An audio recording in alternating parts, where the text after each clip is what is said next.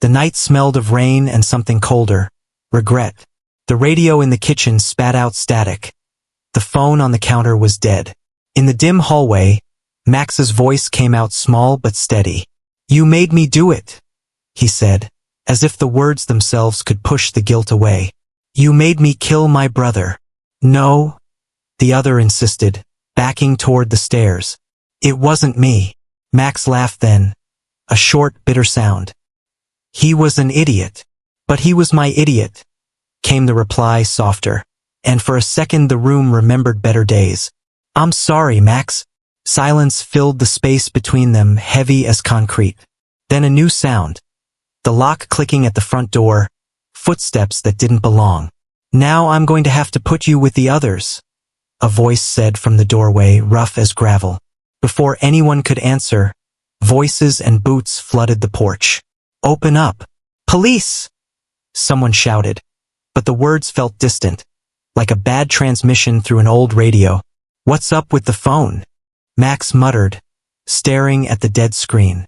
"I told you it doesn't work." A man stepped forward from the shadows, knife sheened under his sleeve. "Normally I would use a knife," he told the person beside him. "But you are special, Finney. I'm gonna take my time. I want this to really hurt." Finney's hands trembled. "Samson," he whispered, as if calling a name might change the ending. "Clear." The command cut through the air. Men moved methodically through the rooms.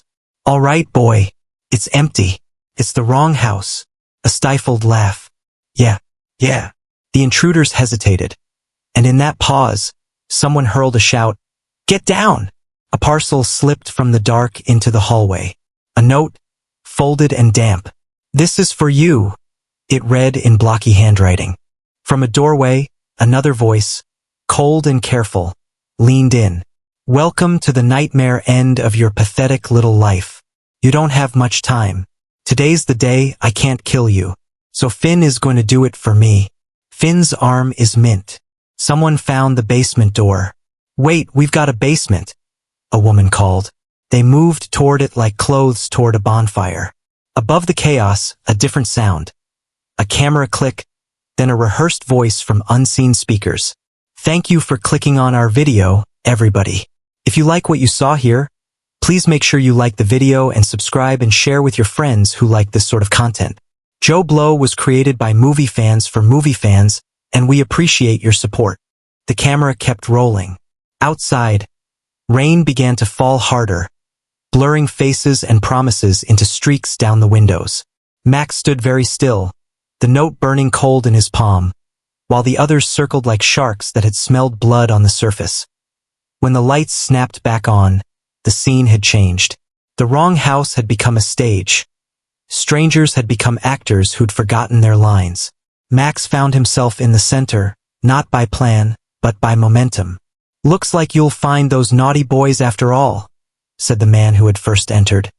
His voice now threaded with something close to amusement. He stepped closer, and Max could see the scars on his knuckles, like map lines leading nowhere. Finn sat on the stairs, hands wrapped around his arm. "I can't do it," he said, the words splitting the air. "I can't kill you." "You already tried," the man replied. "That's the point. You are the instrument." Sirens wailed somewhere far off, and for a moment everyone paused, listening to the promise of help. The camera's red recording light blinked with cruel patience. "Open the basement," someone barked. The group forced the door. Down below, the concrete smelled of old damp and fresher fear. A single bulb swung above a chair, and a shadow pooled across the floor. Max sat opposite the chair, the note now unfolded on his knee. The handwriting on it was familiar enough to sting. "You made choices," Max whispered to the empty air. "So did you." A figure stepped out of the darkness. Samson, hair plastered to his forehead by rain. His eyes were bland, professional. "Clear," he said out of habit, then met Max's gaze with something softer. "It's not about who pulled the trigger first. It's about who keeps pulling." Finn's hands shook more violently now. "Please," he mouthed, though Samson hadn't asked. The camera zoomed in.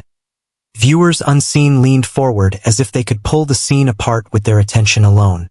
From the doorway came a flash of white as a further revelation fell. The camera belonged to Joe Blow, the crew that turned nightmare into content. "You made it interesting," the producer murmured. "Now give us an ending." Max thought of his brother, idiot or not, and of the little moments that had added up into this night. A broken phone, a wrong address, a video clicked for entertainment. He stood slowly, the whole room following his motion like a tide. "I'm sorry," he said, but his apology was for more than one person. He moved to the camera and, with both hands, shut it off. The red light died. Silence collapsed like a curtain. For a breath, the only sound was rain. Then Samson nodded once, almost imperceptibly, and Finn let out a cry that could have been a release or a break. Police lights painted the windows blue. Voices at the door called for identification. Real authority replaced staged menace. The men who had come to perform their cruelty now counted faces and names, their bravado thinning into paperwork. Outside, someone recorded the aftermath on a phone anyway, an instinct too late to be useful. Inside, Max folded the note back into his pocket and looked at Finn. "We live with this now," he said. "Together." Finn stared at him, raw and small. "Then we fix it," he said, and though his voice trembled, there was a ribbon of resolve. They left the basement together when the officers told them to, walking into the wet morning where every step would be an explanation, and perhaps, eventually, a reckoning.